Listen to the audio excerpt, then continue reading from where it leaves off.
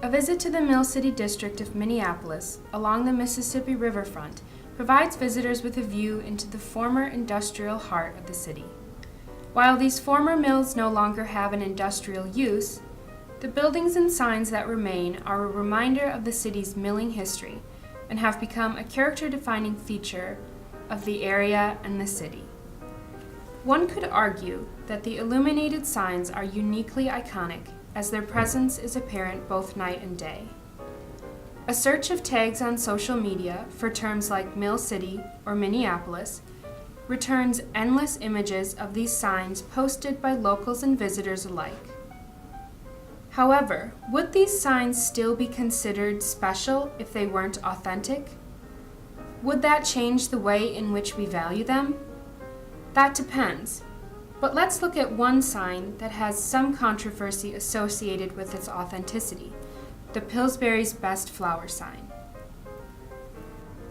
To provide some background, the original Pillsbury's Best Flower sign was erected on top of the Pillsbury A Mill in 1920 and featured a large flour bag.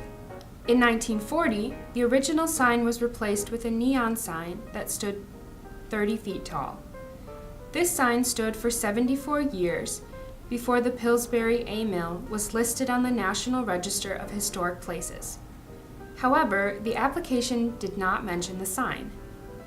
The sign lit the city skyline until 2010, when the maintenance contract between General Mills, Pillsbury's parent company, and the building's developer, Schaefer Richardson, expired.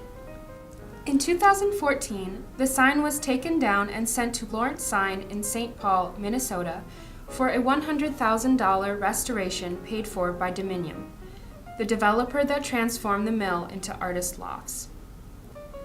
The restoration utilized the existing steel letter faces, but required new aluminum backs. The lights were changed from neon to LED, which brought yearly operating costs down from $15,000 to $1,000.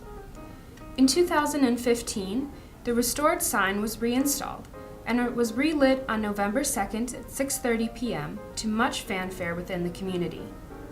With this in mind, let's look at considerations for authenticity from different viewpoints.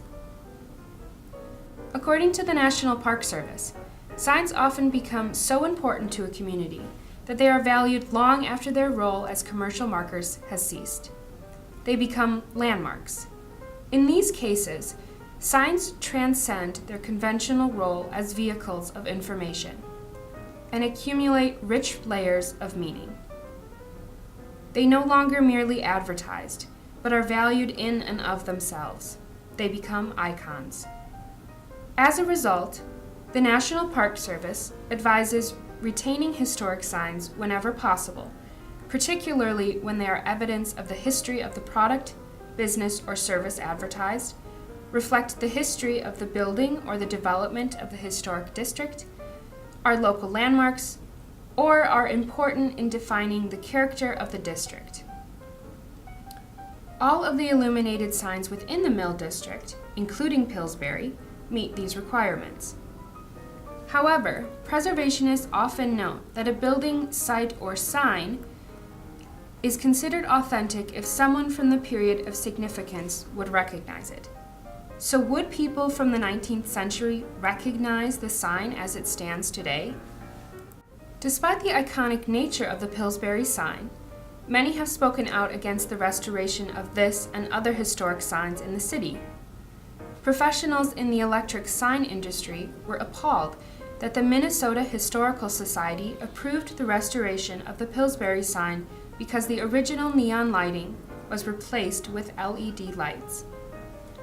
According to these specialists, the actual cost of upkeep for neon is not nearly as high as estimated by the developer, and the change was a clear break from the neon tradition and caused a loss of authenticity. Is retaining the authenticity at an additional operating cost worth it when the man on the street might not notice the difference? With this question in mind, it was important to consider the viewpoint of the layperson, so we conducted an anonymous survey to gather perspectives such as: do the changes to LED lighting make the sign less authentic or historic? And would this matter? Was there any attached value to the signs in the first place?